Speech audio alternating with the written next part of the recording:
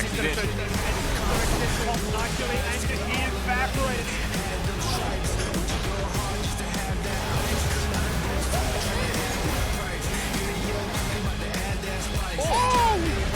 Kisei!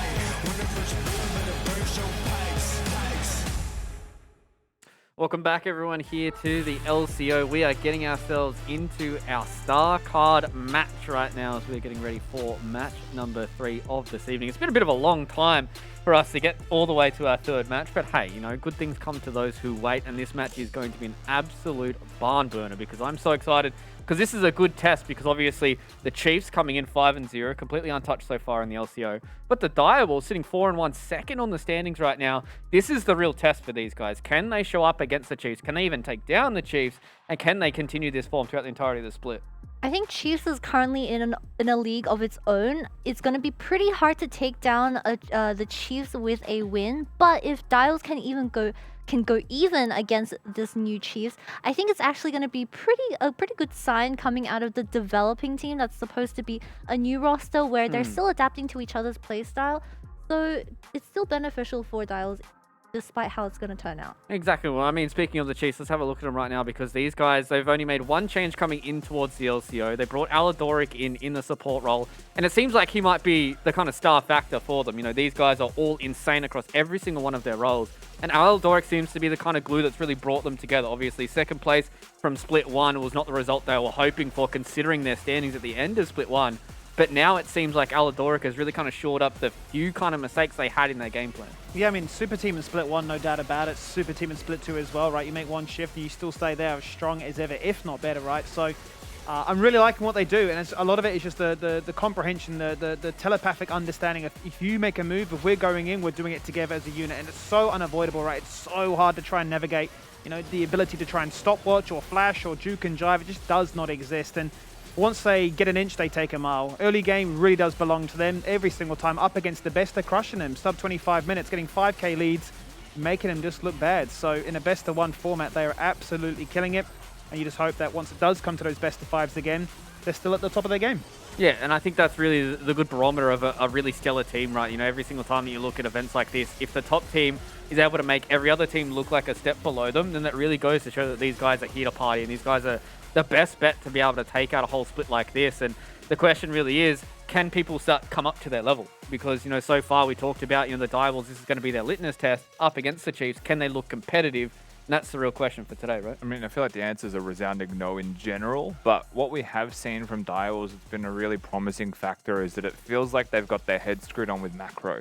You know, like a general understanding of how to play the entire map as a team of 5 seems to be well and truly drilled into this squad, which is surprising because they aren't all veteran players, but it does feel like they've got that going for them, which has given them pretty big advantages over all of the teams below them. And yesterday against Direwolves, against Order rather, it still gave them that lead. But now I feel like they're into another caliber against the Chiefs today, the Bulldogs, the Direwolves. Bulldog Wolves. I just straight up looked at Bulldog as I was about to say Direwolves.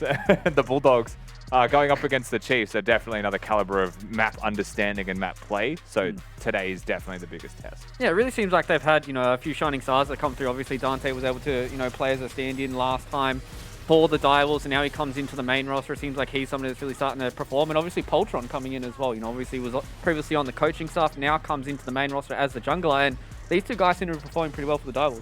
I think with the addition of Poltron, they have refined their macro play, like Rusty has mentioned. In a lot of these teamfights, they do understand what each other's roles are, and these teamfights are just extremely clean compared to these other more strong, on paper stronger teams. And I think this is just a good understanding of fundamentals for League of Legends, and still extremely important, and they should just focus on other things because that is definitely their advantage. It gets exciting though, right? Because you look at Danteh and Poltron, they're both tied now for the most MVPs in the entire league. So really shining stars on their roster, right? One young, one experienced, one coming in saying, this is how you do it, boys. I'm saying these words for a reason, right? I'm not just speaking empty facts, and I'm actually, you know, putting my money where my mouth is. So it's really exciting to see, right, that, you know, strength of schedule was easy for them coming in. We said they could have been 4-0, could have really taken that game against Peace. Up against Chiefs now, you would say that is very heavily still Chiefs favored. what is competitive? I would say going blow for blow in early game, not losing in 25 minutes. If you can push it past that, I would say that's still a technical win at an early stage into this one. But it doesn't get much easier after this, right? You know, next week PGG into peace again. It all goes full circle. You start to say, okay, really, endurance test, honeymoon phase over all the rest. You know, can you still wrestle with the best? Yeah, and I think that's going to be a real big test for the Direwolves over these next couple of days and these next couple of weeks. We talked a whole lot about the superstars on the Direwolves roster, but the Direwolves sent us something from their own little superstar, Bulldawg. Hey, yo, it's Drake. Know me as, Direwolves Bulldawg. Come on now, the god. Catch you lacking on my riff, you dead, boy.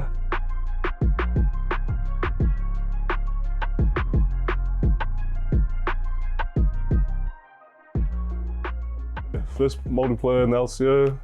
I mean, it's dope. It's dope. It's not, nothing special, but like, hey, I'll be that class clown if I need to, but I'll be serious on the date. Favorite player on the team to play with, solo queue, I'll probably like play with Alvin, Danteh. He whipping up that nice Samara game plate, you know what I'm saying?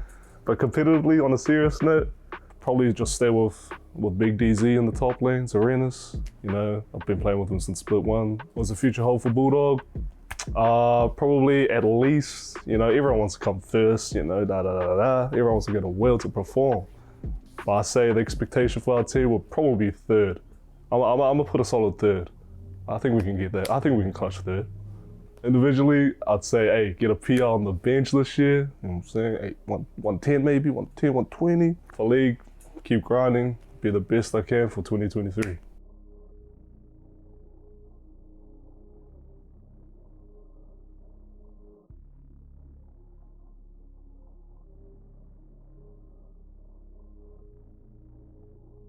Absolute character on and off the Rift is Bulldawg. I love every single How time. can you not love him? I don't know if anybody actually does not like him. Hey, Danteh with the gameplay.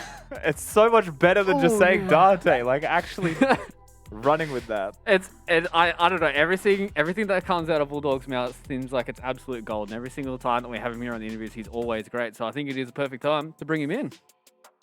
Bulldawg, welcome to the LCO interview, my man. So how are you feeling after being second for the entire week? I mean, we chilling. We should be 5-0. Y'all know that. We should be 5-0. Come on. 5-0 indeed. But you guys are going to have your ultimate test going up against Chiefs tonight. So how are the boys feeling up in the Direwolves camp? Don't know how the boys are feeling, but I'm feeling good. If they're nervous, I'll just slap them around a little bit, get them straight, Well, I guess that, it kind of leads into my question. Then obviously you guys have had a scorching start so far in the LCO. How do you keep everybody grounded? How do you keep all the boys calm going into every single game? Well, I'm pretty sure it's Siuman keeping us all calm. He just says some funny stuff like, guys, calm down, it's okay, don't worry. And then that sets us up for success. And I'm sure that Siuman does help in these teamfights because he has been performing extremely well on that Ahri and Akali. So who actually has the main voice for these teamfights now that you have Poltron on the team? I mean, it really depends, like, whatever the situation is.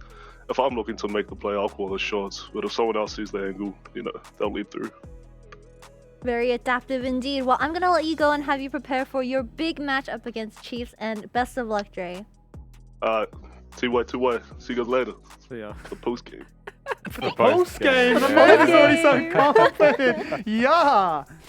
I don't think I've seen anybody make, rubbing their hands look so cool. Most of the time, it feels like every single time that somebody else does You it just makes feel them look cooler by nervous and uncomfortable. association hanging out with him. Exactly. Right? You're just like, I'm having a conversation with Bulldawg. I'm feeling cool. I'm feeling chill. I'm feeling relaxed. And I can imagine these guys going into like a scrim block every week and just Bulldawg's just, having a chat to them, making them all laugh.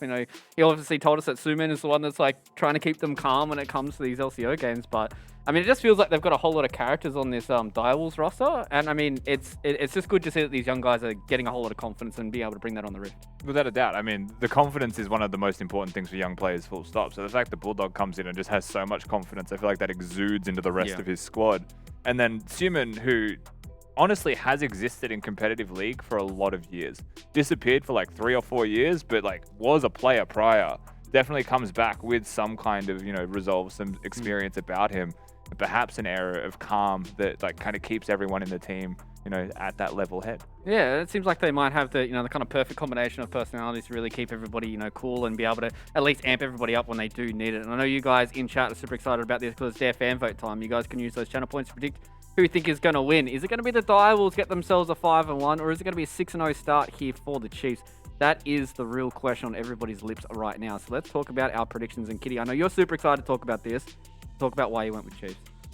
Gonna go with Chiefs tonight because they are the top dogs in the league. Currently, they are literally running all the other teams. But I won't be surprised if Dials does put up a fight because they are the second best performing team, maybe third best after PGG. Even PGG has had a bit of a rocky start in terms of their one loss.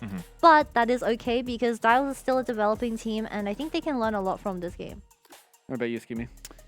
Yeah, I just think Chiefs are just too good. I mean, I log into League, I see Aladoric status for weeks now. It's just 21-0. So, you know, he's literally stating to the world, don't let your dreams be memes. He wants it. He's hungry for it. We've had plenty of great teams in the past, right? Like Pentanet go blow for blow to try and find it. And then a crazy game happens at the end of a long season to sort of disrupt it all. So I would just love to see them go for that perfect score and then really fight for retribution for Split 1. Yeah, I think that's the kind of storyline right now for the Chiefs, right? It's all about retribution from Split 1 to really be able to solidify themselves here in Split 2. I guess the question is, for you then, Rusty, what's kind of the angle here for Direwolves? Is it, you know, maybe it's the champ select? Maybe we get that answer right now. Yeah, Rusty, what is it? Maybe it's champ select. Oh, okay. Maybe we get that answer. No, I mean, it will be the first 15 minutes of the game, right? The draft is going to be a major part of that. So as we get into this pick ban phase, there's going to be a lot to look forward to here for the Direwolves side. I think they've shown a lot of flexibility so far already in their draft, which is great. We've seen the Kindred almost perma-banned away from them. I don't know if that'll still ring true for the Chiefs here, because I don't feel like they would feel pressured to have to ban it away.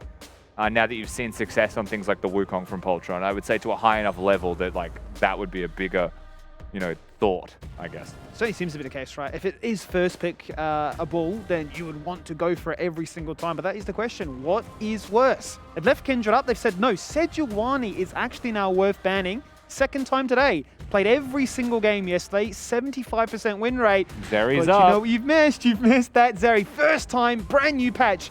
And it's Danteh of all people. And it feels like this was an intentional trade here from the Chiefs. This is one of the only, if not the first, red side Wukong that has actually been up and available, because it's usually been a blue side first pick and then red side responds with the Viego. But the Zeri in response here. No hesitation, by the way. The Tristana locked in from Raes, confident in his matchups, confident in his lane, sees the Zeri and says, I got this covered. Lots of aggression to be seen from him. Aladoric will see a Tristana and just think it's Christmas down there as well. Absolutely. So he can play whatever he would like in that. As the more aggressive, the better. The more aggressive, the happier Aladoric is. Poltron actually going to lock in the Volibear. I feel like it has been understated up until today. We've mentioned it a couple of times on the broadcast, so it's nice to see that one actually locked in again. I believe Poltron is one of the only Volibears we've seen this split. Yeah, played it in his opening game up against Gragas, so we'll be running it back one more time. Does give them some phenomenal pick potential, some diving potential, and some heavy siege as well. Really? Combine that with Ahri, which has certainly been quite popular for Siuman. It really has been a two-champion affair, Ahri or Akali.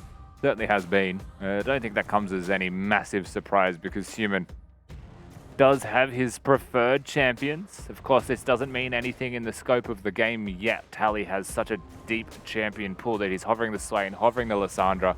Both good answers in their own unique ways. We've seen Swain be flexible as well to top lane. So that's definitely something they could look towards prioritizing here for themselves. No support locked in by Direwolves. So they've gone with flexibility here in the support role. We have seen support drop so far in the pick ban this past week, and it was always first three in the weeks prior, the splits prior. Yeah. It was always first three, except for the rare occasion. I'm a big fan of this. I really do think that dropping support picks is really crucial for playing out full compositions. And right now, because of the prevalence of enchanters, it means that you can't just lock in things like tanks and get away with it as readily. But for example, this composition has Ahri, Volibear, it has a Zeri. The comp's basically decided you'd expect Renata Yuumi get taken away to make the Zeri lanes a bit harder. Yeah. You also know that you've got a Tristana on the other side here with no support locked in. So Nautilus is the obvious ban, You could look towards a Leona ban, but you could also just run cleanse on Zeri and be fine. I'm wondering whether they go with the second ban here. Is it a Rakan, just because it's Aladoric? And that's the question, right? Is it Rakan? Is it Taric? Another option which did get a nice little buff on this patch as well. Well, it would be a welcome addition as well. So Rakan gets banned away, so it certainly does ask that question. What will Chiefs look to do to try and make their comp as solid as possible? We have, as you say, seen Tally play the Swain. He did play it with the more supportive build, right? With the Imperial Mandate, much to just try and buff up the rest of his team. Rylai's is there, and nobody can escape their grasp. Wouldn't be surprised though if Topoon had that in his wheelhouse despite not playing it this early on. That's bold.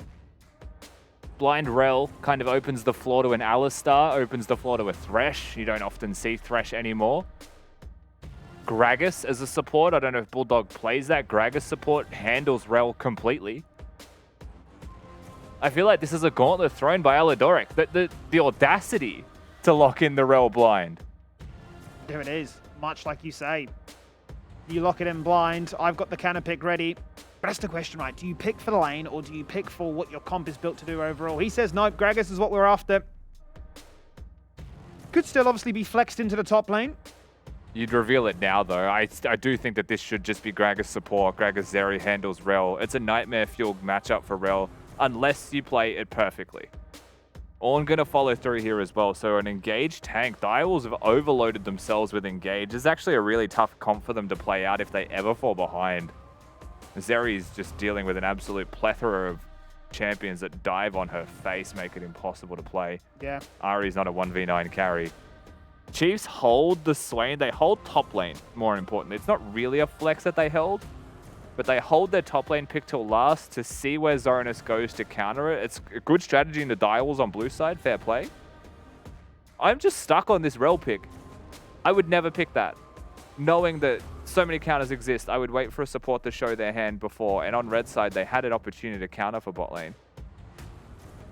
But there was a game at MSI where the Rell played into a Gragas and it did win. You just have to be so good at Rell and you have to play around cooldowns and positioning. And it's like really just Chiefs laying down the gauntlet that we are just so much better than anybody that we can afford to sort of take these chances, that we have made a conscious decision that we don't need to go for that counter pick, that we would much rather look to try and target somebody like Zorenous, who's been a bit of a weapon so far in Split 2, right? Certainly a shining star for them with a diverse champion pool and a lot of laning strengths, but it's going to be our first chance to see a Gragas and a Zeri in the bot lane. Yeah, it's the first time in a very long time we've seen both of these champions together. Zeri disappeared off the face of the earth. Riot continued to buff this champion, saying, we will see this as a crit champion. And here we are. Crit build, the most prevalent one now on Summer's Rift. Compositions locked in. The TLDR of the Direwolves is good pick, good team fighting and engaging. They will be playing in a pretty front-to-back style. If they get vision control, they look for the engage with the Volibear, the Ahri. They sound the horn around objectives. That's what you'll be seeing from them. The Chiefs dive comp as well. We have got 10 Bruiser boys running around on Summoner's Rift, just dealing damage. We certainly do. Two very mobile AD carries will have a lot of damage to try and bolster, and a field day of Bruisers ready to say, there is the opening, there is the battleground, lay down the law and show us what you've got. No enchanters though to buff these up to provide them with any form of real amplification or buffs or protection. It's all about their ability to work wonders with their team. It's going to be a really exciting time now to sort of see what does it look like when you do open the floodgates and say, we will just make that gentleman's agreement that let through a lot of these broken champions. And I do feel like there's a lot of snowballing in this game. The first 15 minutes are going to be crucial, right? How they snowball. Does Swain get those stacks up? Does he get control of the lane? Does the Tristana Rell, does it actually find their engage angles that they're after? Topoon on this Aatrox can definitely hard carry top lane. Zorenous is not going to have the easiest time, but that's usually around level 6 onwards, so they've got some windows to work with here. And my eyes immediately go to Poltron and Siuman to say, what can you get done? Can you control this 2v2? Can you control a quadrant of the map? Do you do anything at level 1 to influence that in the first place? Do you want to isolate bot lane, right? Invade blue buff late, something like that. Try and actually control it and flip the map completely in half. Would they dare? And if they did, would it be successful? Because that would certainly be an exciting way to kickstart off this third game here tonight. And a game which really is that test, right? Direwolves have had the easiest start. They've had the chance to defy expectations. Now they are really running that gauntlet of all the big dogs, the teams that they tried to take down in split number 1, but ever came close to. Well, they took down Order last night. Now up against the Chiefs, who have been in impeccable form and really showcased that, look, we had a counter pick available in the red side, but a blind Rell, we just think we are that much better than you. We're going to jump back to the couch for just a second as we wait for this game to get underway. So here we are. Hello. Thank you very much for joining us. Which comp would you prefer? I suppose with names or names aside, what angle are we looking at here? I mean, if I'm taking off names, I think I would rather be the Direwolves. Okay. Actually, it's tough. I don't think the comps matter that much in this game. I think that's the interesting thing is I'm looking at both comps and I think like I had a support brain on when I made that decision. It's like I'd rather be the Gragas than the Rell any day of the week. But I guess like Ornn scaling with Zeri is probably what I'd be looking forward to. I just don't see what Ahri as a sole AP can provide, but I think it depends on how they build. Depends on how they build. Actually, I think I'd rather be Direwolves comp personally. Okay, well let's see then. Let's see how Everfrost or Ludens can play on out as we do load in finally to the Nexus for a chance to play out game number 3 and a chance to see if Chiefs can remain undefeated and go 6-0, or if Direwolves can look to upset their party. Let's jump into that coaching interview and speak with the side of Direwolves. Let's hang out with Alexis. How are you, mate? Hello, pretty good. How about you? Yeah, not too bad, mate. We've had a good day so far. I mean, I have to ask, this really is a much bigger match for you, much more than, say, last night, right? A big win over Order, but what a banger game that was, first of all. I mean, where did you even begin to start reviewing that? From the side of my hospital bed after like 3 heart attacks. Last night's fiesta took a toll on me and probably the rest of the boys as well, I'm not gonna lie. But no, in all honesty, 23 minutes 30, we had Baron with like 5k up. We should have been able to close out the game, but we just fumbled a little bit. And then the fiesta unfolded. And we all lost 10 years of life just from pure stress. Absolutely. 100%. I had to ask then, we've been talking a bit going into this pre-game about the strength of schedule, how it's been a bit of an easier start to get you into this position here, but now you're up against all those heavy hitters. So what are we looking at really ultimately as a successful condition? Because Chiefs would still be the heavy favorites here tonight. Yeah, Chiefs for sure have looked like the cleanest team that Earth has seen for a while. Like they are all very experienced players and they have the accolades to prove it. And we're just going to come out here with our chest, our chest up. We're just going to do our best and the result will be the result. Like the beautiful thing about this game is that there's just no fear. Like it's no secret that Chiefs are a great team. So we just give them the best run possible and we improve or we win. Too easy. You show them the respect they deserve, but you got the confidence, as we've seen from Bulldawg in his interview as well. Well, Alexis, pleasure as always, bro. Love your work, and I wish you boys the best of luck tonight. Cheers. Thank you. Changed my mind. I'd rather be the Chiefs comp just because they've got Wukong and Swain. I had a lot of time to think about that one.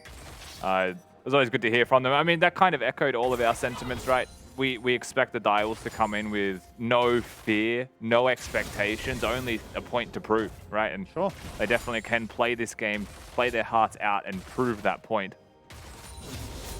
So far, in terms of jungle clear, we did see something at level 1 from Aladoric, and it's standard Rell tech, I would say, right? To jump over the wall, look for a level 1 play. Danteh did what is normally known as a very illegal thing, as he stood in the bush above the red buff. That's pretty much always going to be a death if they run at you through the river together. But because they were trying to cheese with the Rell, he jumped in so early that he just landed on Danteh and walked away. Because the play was countered by just being in that bush. So what is normally illegal was perfectly fine. So yeah, we're just going to get the clear from junglers, pathing towards bot side, both of them. There's been missing pings and caution pings towards Direwolves at red buff, so they know it was a top to bottom clear. The ward's already placed there by the Chiefs in Tri-Bush to stop that from happening. Let's see them. How the spot lane plays out. I suppose maybe now's a good chance to sort of talk about why this Gragas pick is such a good counter pick into the Rell. Yeah, I mean, it's quite simple. Rell can't use her dash, her W to jump in because Gragas has body slam. It counters you, right? It cancels you out. The original counter was Thresh because Flay does the exact same thing. If you can stop a Rell from dashing in, then you basically force her to say, if you're going to engage, you have to flash, you have to hit a stun before the W lands. That's really the only condition with which it can still work. Or you change the playstyle of Rell to be dismounted by default. So if you can make the Rell play from dismount, she can never hit 2 people. And if that's the case, then you just staunch the Tristana. and have a bit more confidence to win that 1v1. You can go Aftershock versus Glacial as well if you would like, and you're actually tankier in those shorter trades. Those trades could be pivotal. They're trying to eke out an advantage here in this laning phase. There's no denying the Wombo that they could get at later stages in. If it is, or it has been in the past, right, the Rakan Wukong working in tandem, locking members in place for such a long time, but this time around, right, cycling into a Magnet Storm. Similar kind of concept, a little bit harder to try and execute, no doubt about it. There's certainly a lot of pressure, and there is that rune choice really coming into effect right now as Aladoric is forced to burn that flash away. The Ignite is sticking on his head. Danteh is looking for the burst fire, and there is the flash forward from Bulldawg, investing everything and more, looking for a second. As Raes is forced to flash away 2 Kiwis, battling it out in bot lane, and Zeri's got a double kill. And Danteh and Bulldawg basically prove it to be true top lane. That was really close. I think if the E connected there from Poltron, they might have considered following the play forwards. But Danteh and Bulldawg, the Kiwi duo, just putting in work, but looking a bit more like a Danteh, if you know what I mean. That was some clean gameplay. Yeah, that was very nice from them. And I mean, that's exactly why you're afraid of being the Rell, being the Trist. We didn't see how it started, but when we panned to bottom, Rell was already dismounted. So it does make you wonder exactly how that happened. I'd like to see the replay. Been seizing the moment to try and find a cheeky advantage, but ultimately it had backtracked against them. I mean, I'm just glad that, you know, a draft that can be punished gets punished. Sure. And I will pick the champion that we say they play the way that we expect, and things just like are normal. You know, the Chiefs aren't gods. They're undefeated. They're the best team in our league by a fair margin. Direwolves have said as much in the coach interview, but then they're definitely still beatable. Aladoric. Yeah, it's as simple as that. I mean, he just missed. It's even worse. He 40 at an angle, but completely flopped. Straight up just whiffed.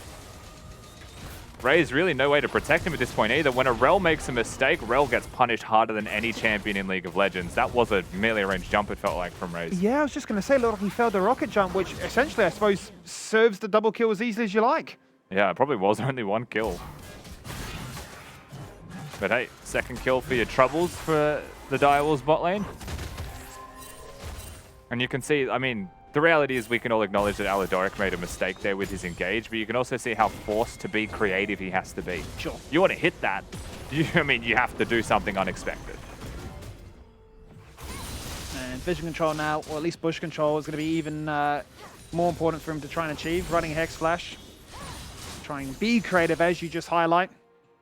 Try and find some way back into this laning phase before the Zeri becomes that absolute nightmare to try and contend with. 2 kills too early on, especially with this variation where you are going to be running the Immortal Shield Bow much more than that of the Trinity Force of old. A couple of items come online, much more expensive build, but your dash obviously gets a reduction, so you're constantly moving around, you're penetrating through multiple members, you're really just rollerblading through to victory.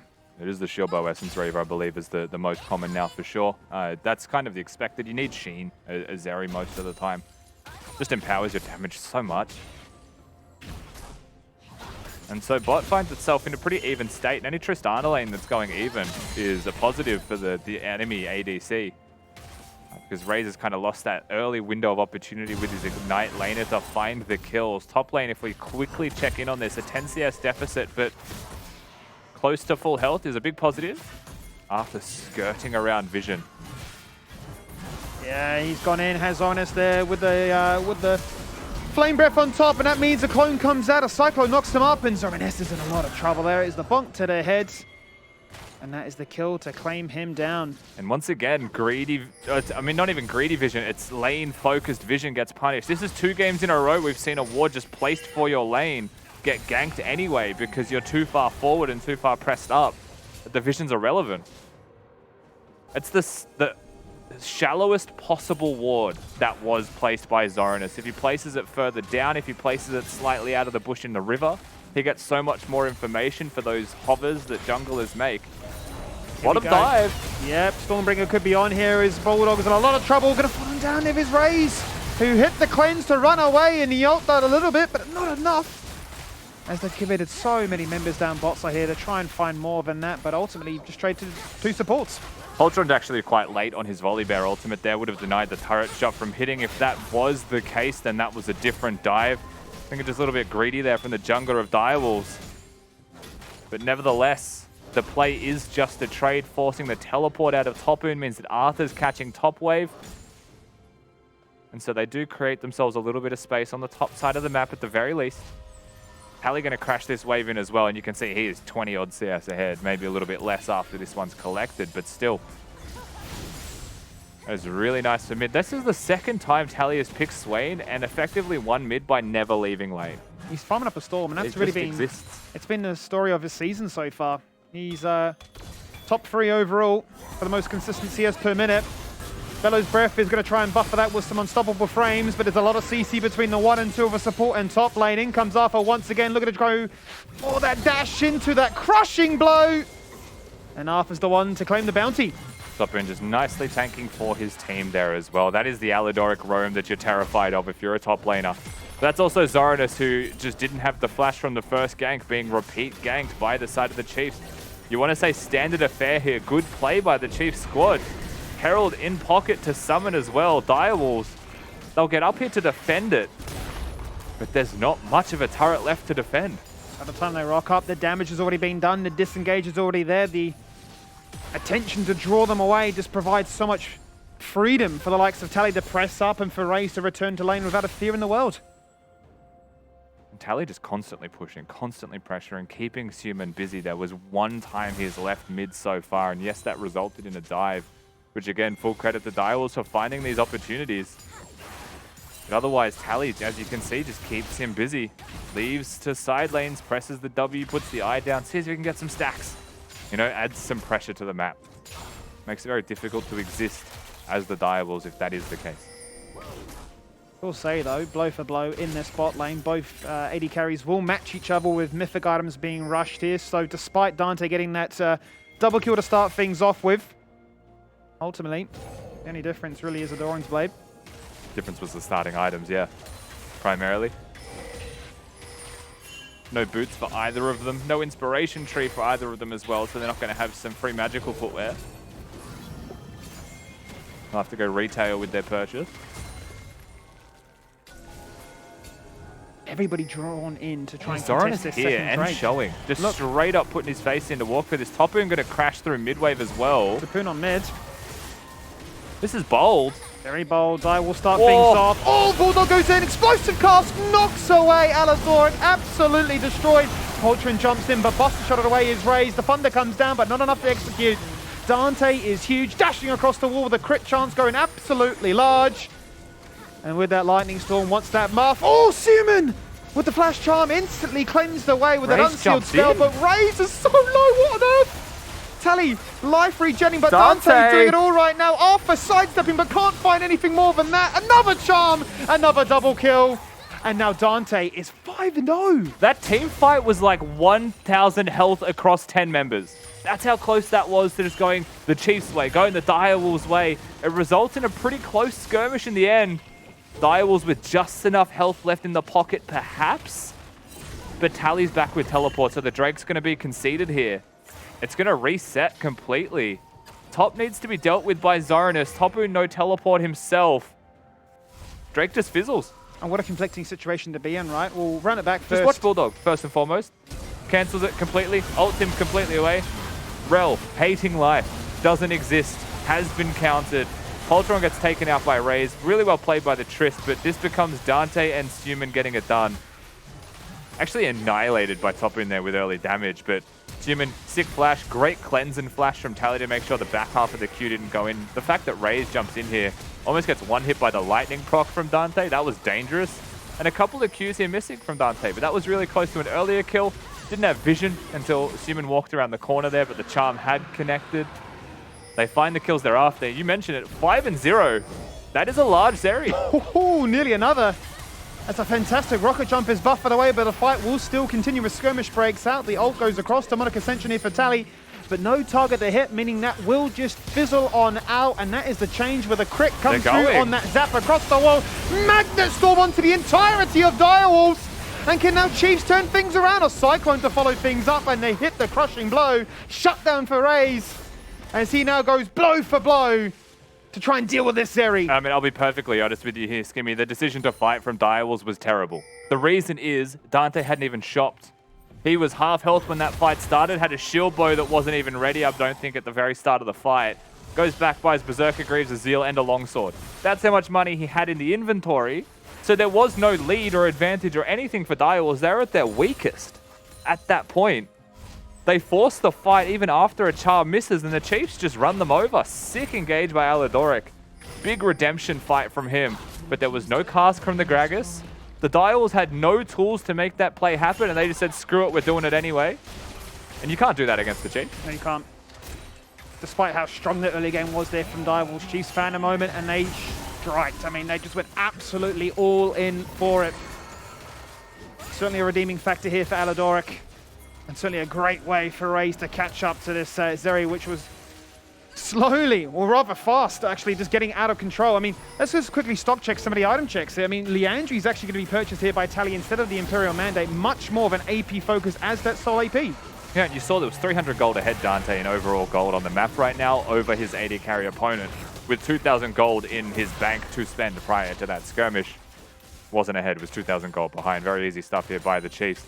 You mentioned the Liandry's is still going to be pretty tanky after this as well, is Tally on this Swain. While it is more damage, it's not a full DPS build. You can see the Negatronic cloak there afterwards. Direwolves Herald to summon, but Arthur is here. Oh, they're going to really try and force this one, are they? As Poltron is forced to ult away, full disengage. The Herald will hit and headbutt, but might not do much more than that. Zorenous in a bit of trouble right now as the Demon Eyes will not connect. But an objective bounty has been claimed only 15 minutes in. The game says Chiefs are too far ahead. It's crazy that we were looking at a 5-1 or 5-0 ADC at one time here with a lot of pressure bot lane. But when you actually like slow down and look at the map, you've seen Chiefs make mistakes but still be 3,000 gold ahead. And that fight bottom really just solidified their lead to the point where bounties exist 15 minutes in. Like, again, when we talk about the Chiefs being a different caliber of team in this league, you're seeing that really shine through here, where Direwolves have put up a good fight, yet they still found themselves so far down. It's crazy. Absolutely crazy to believe. And once again, right on time it is. Chiefs finding those first 3 turrets as they've done on so many occasions this year. And we'll look to now assert their dominance of the map, laying down the law with vision, controlling those jungle respawns, claiming all the CS the map has to offer, and bridging big CS leads in top, jungle, and mid too. And that's a big part of it, right? It is Arthur being aggressive in top lane, making sure they win where they're meant to win. It is Tally that just farms so well in mid lane, barely misses a CS. Just applies so much pressure and punishes any roams that you try and make. And it is bot lane always finding the ability to stay close in CS, getting the turret down first. They always find a way. Tristana comps are very good at sieging structures. You'll often find Trist wanting to be in the lane where the turret wants to drop immediately.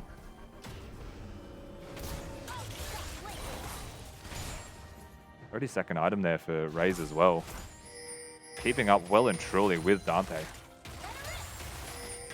And we said this in Champflex, Skimmy, it's so hard to be a Zeri in this comp. Aatrox, Wukong, Swain, Rell, all just run you down. You have so much reliance on your teammates peeling. But in reality, only the Gragas can peel. Absolutely. And your sole focus really, as this Gragas, at least for the most part, is going to be to try and make Aladoric's life as miserable as possible. And Zeri does want to be aggressive, right, to try and get those resets, to try and get that dash on cooldown as quickly as possible, to be so annoying, so active with the ultimate running. But one bit of CC, and suddenly all those conditions go out the window. Arthur, Raes, Tally, now Aladoric all grouped in mid. 4 people of the Chiefs strong on this mid wave, forcing priority. Drake in 10 seconds. Direwolves putting absolutely 0 priority towards it. They are instead clearing towards the top side of the map. 18 minutes into this one, if they were to make any plays right now, it'd be for the top lane inner turret only. There's nothing else that actually exists. They don't have a Herald to summon to break this. It's just probably going to be damage.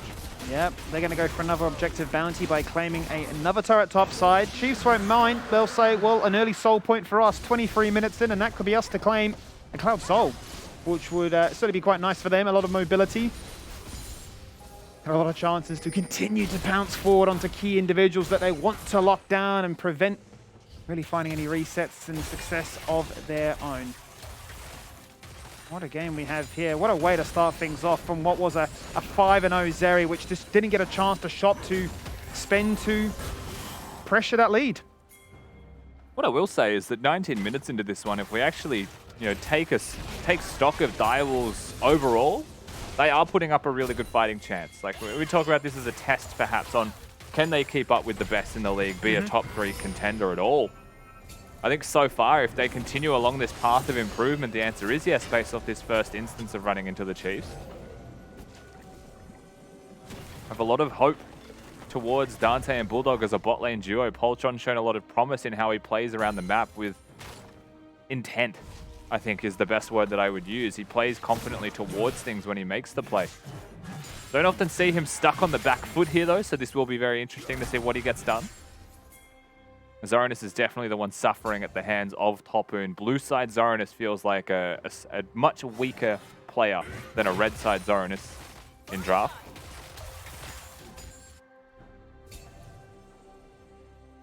But ultimately, all he wants to do is hit level 13 and beyond. Share up those ornaments. Hopefully give their team that fighting chance. We did say, what would it look like, right? Chiefs having crushed every single opposition to date so far, sub 25. Yes, they've got a gold lead. It's up by 4K. But it doesn't feel like the game's going to end anytime soon. No, it doesn't feel like we're going to end with the soul either, right? The game kind of does slow down with it being a cloud soul to threaten. I think it really does come down to, getting 2 items, getting 3 items on their carriers, looking for that one big team fight. Baron's going to be a pretty free objective to consider looking towards. If Chiefs have vision control, they get the jump on the engage. It's almost impossible to stop that. If Bulldawg's job is to stop Aladoric from Fog of War, he'd have to be a miracle worker. He's split right now. Direwolves are grouped up, looking to see if they can isolate any key member. Bulldawg did have a flash body slam, more an ultimate to try and catch out Raes. Yeah, Chiefs currently actually showing Topoon bottom as we speak. Tally was shown top. So this is where Direwolves actually have the information that the Chiefs are split. Let's see what they choose to do with that, because they have to send Ornn bottom eventually. They've got red buff that's up to be taken right now. Doing nothing with that information just means the Chiefs get to solidify vision control back in return after they've pushed and crashed these waves in. So the map will just continue to ebb and flow. Currently, Tally patiently waiting in top tri-bush there, just waiting for the next wave to spawn, waiting to see where Siuman would roam to. No need to go back to base right now, but he's becoming a bit of a terror in his own right. Second item, Force of Nature, extra movement speed, a lot tankier. And certainly with the uptime he'll have with that ultimate ramping and just burning everyone down. A bit too strong to try and deal with. So the Chiefs are going to hit this Baron right now. It feels like it's going to be just the 2 of them. They'll change their mind. Perhaps it was just trying to draw Direwolves in a little bit more, but Vision's going to see Raes come back to this mid-wave. Direwolves are pushing this one as fast as possible regardless. And it feels like we're at a stalemate. Where Direwolves are pretty content just farming and continuing the game as it is. And Chiefs are waiting for a mistake. What does Tally have right now? Flash and Exhaust. Never possible, not connect. Poltron's pretty keen. Oh, max range on the charm. There's the orb as well. Poltron always looking for it, but the claw is pixel perfect, anticipating what could have been a collapse. And a minute now. Once again. A minute for that soul, Rusty. Yeah. Tally gets to walk away with no cost. Topoon going to continue to pressure bottom lane, keeps priority. Direwolves just struggling to open up the map. They can't do anything without breaking that mid lane outer turret.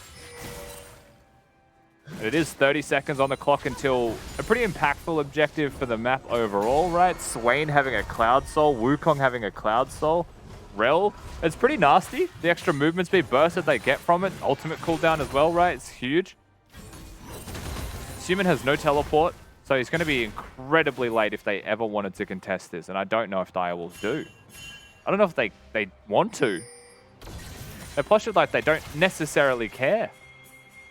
They're going for Baron. That's a teleport in. That's going to be seen on minions. They know exactly where the Direwolves squad is. That's a bad teleport. Yeah, Direwolves are furiously pinging at Baron right now, saying we're going for it. It's too predictable. They would just go for that dragon. Chiefs know. The charm goes out right onto Aladoric. Aerofrost as well. They're going to try and get him as low as possible to prevent that Magnet Storm fighting devastating consequences. Is Baron still being hit? It seems like it was turned away from. Swain W spots them all. Direwolves have fallen on their own sword here. Chiefs are just being patient, just being pesky. Yeah, it's going to be a free Drake's soul secured by Raes. Direwolves make a play, but that was sloppy and rushed at best. Felt like there was no real thought into that one. And the Chiefs just stand resolute.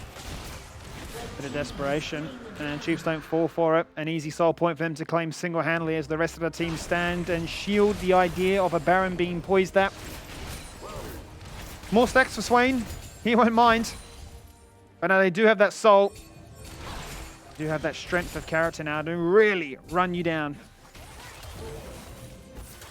And it's starting to get a little bit out of hand here.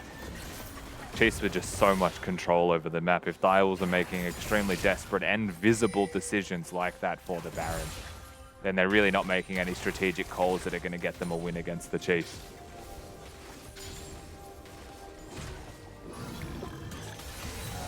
Still has to be played towards Baron. The one objective is up. I don't think it's a bad decision to concede a Cloud Soul. I don't think it matters that much. You've got an Elder that is going to be probably more influential. Being able to split the map up to go Elder for Baron as a play. Something that could definitely find you angles. And Direwolves, we know they excel at pick compositions. That's what we've seen from the most of this split. Maybe if you actually diversify the places that need to be warded by the Chiefs by presenting them with a second epic monster, you can find some cracks in their armor to exploit them and make those picks. Their turn now, and it looks like they have beautifully sidestepped the Scuttle Vision.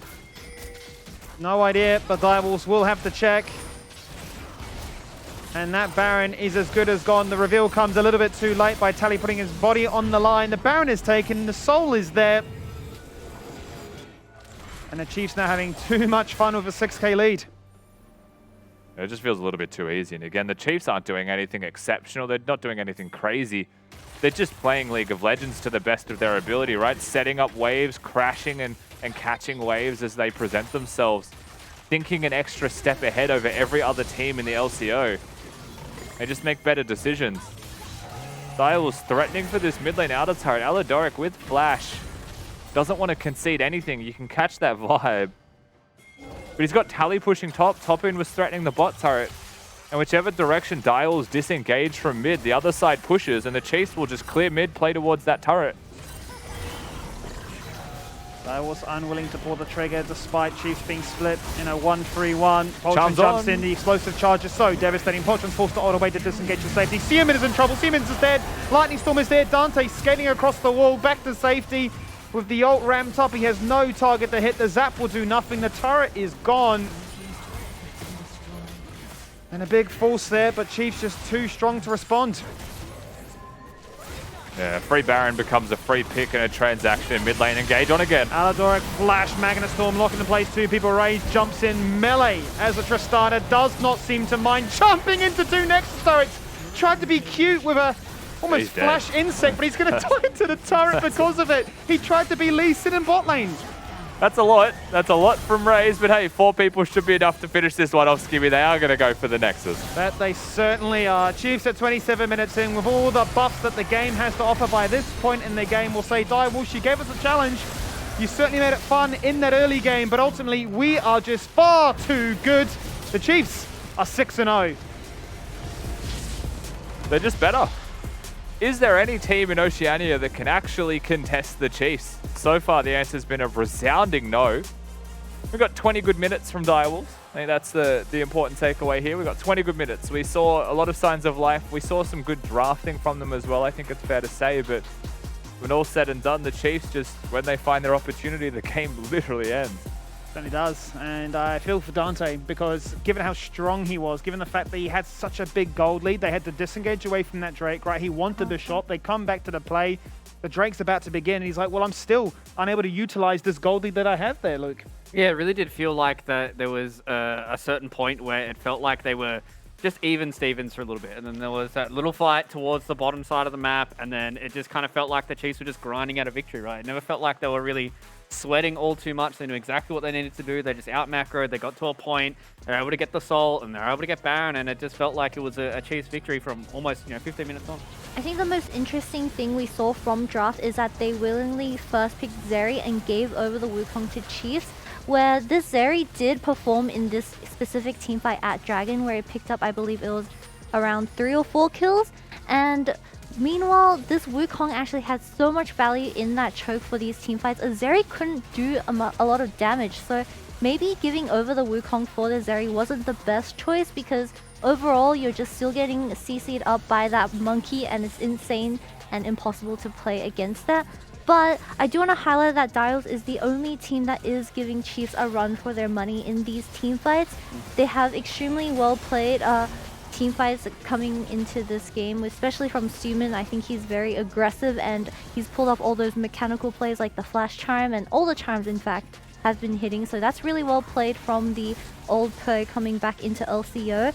But Chiefs coming in today, although they felt like they weren't winning, but they were winning, they just had the better macro in the very end because they didn't want to take any risks in terms of these team fights, because they did decide to blind Rell, which was getting hard countered by the Gragas. I think it's just a worrying sign, Rusty, when the Chiefs can literally go 1-3-1 and show the direwolves. We're postured like this, and still direwolves are unable to find that way to engage. But I've seen no team do anything other than team fight in mid lane except for the Chiefs. They could split push, they 1-3-1, they pressure 3 lanes at once. They don't go for the Herald play if it's smarter to go for a full bot lane turret or match plates. Like they're playing the entire map where I feel like no other team in the LCO is. Yeah, and it really does feel like, from what we've seen from all these matches so far in the LCO, that the Chiefs really feel like they're just on a different level, right? And, it has been a good showing from the Dials. I think it is a fair shout, albeit it might be a defeat today, but this is a good sign from these guys to be able to move forward and be able to take this experience into the next couple of match days. And if they're able to continue to play like this, then these guys can really be a title contender. But I think it just goes to show that the Chiefs right now are definitely on top, and nobody has really touched them so far. And we saw a really interesting build from Tally. He decided to build the Force of Nature second on Swain, which I believe that Swain actually got nerfed this patch, so I didn't expect him to be picking the Swain for mid lane. It did extremely well. We saw him doing, I believe it was 11k damage, so it was the second most damage. Didn't see where it came from, but it happened, so that's just Swain for you. Yeah, Swain finds a way, doesn't he? Yeah, Yep. Eventually he does. But I mean, it's just crazy when you look at a team like this and how kind of different. You talked about it, Rusty, the fact that all we've seen from these teams today has been a whole lot of ARAMs, right? A whole lot of these teams just really wanting to fight down the mid lane, but it seems like the Chiefs have that whole lot of calm, that whole lot of experience, and just really be able to, trust in themselves to be able to get this done. And I think they are certainly kind of proving to everybody that Split 1 was a little bit of a blip, right? Like, it was, as everybody saw, it was a god tier run that came in from order from that lower bracket, and now this time around, coming into Split 2, they're here to make this done. And I think the real question is now, are any of these teams going to make a dent? Like, that's the real question. I think any of they these will. teams going to make a dent in the chase? I think they will, and I think it's definitely worth saturating Chiefs with a bit of love at the early stages, right? Because they are literally just that good this early on. But we have seen a lot of these teams like Peace, like PGG, like Order, certainly now Direwolves and Kanga really rising up. And, Split 1 is definitely history. You can always look at that and respect it and say, pay compliments to it. We know the caliber of the individuals. We know what they've done to achieve. It's just a case of when will it click? Is it round robin 1, 2, 3? Or is it the classic age-old, nothing matters. As long as we get to playoffs, that's when the real fun starts. So there's no denying it. But right now, I mean, what more can we say about Chiefs? I mean, I think we've said absolutely everything underneath the sun. So maybe we might be able to get an insight from one of the players. Kitty, who do we have? We have Arthur coming in for tonight's interview. So Arthur, congrats on that win. We didn't expect the team fights to be so close, but you guys still managed to pull through it at the very end. So that felt a lot closer than we all expected. What do you think went wrong and what went right for the Chiefs?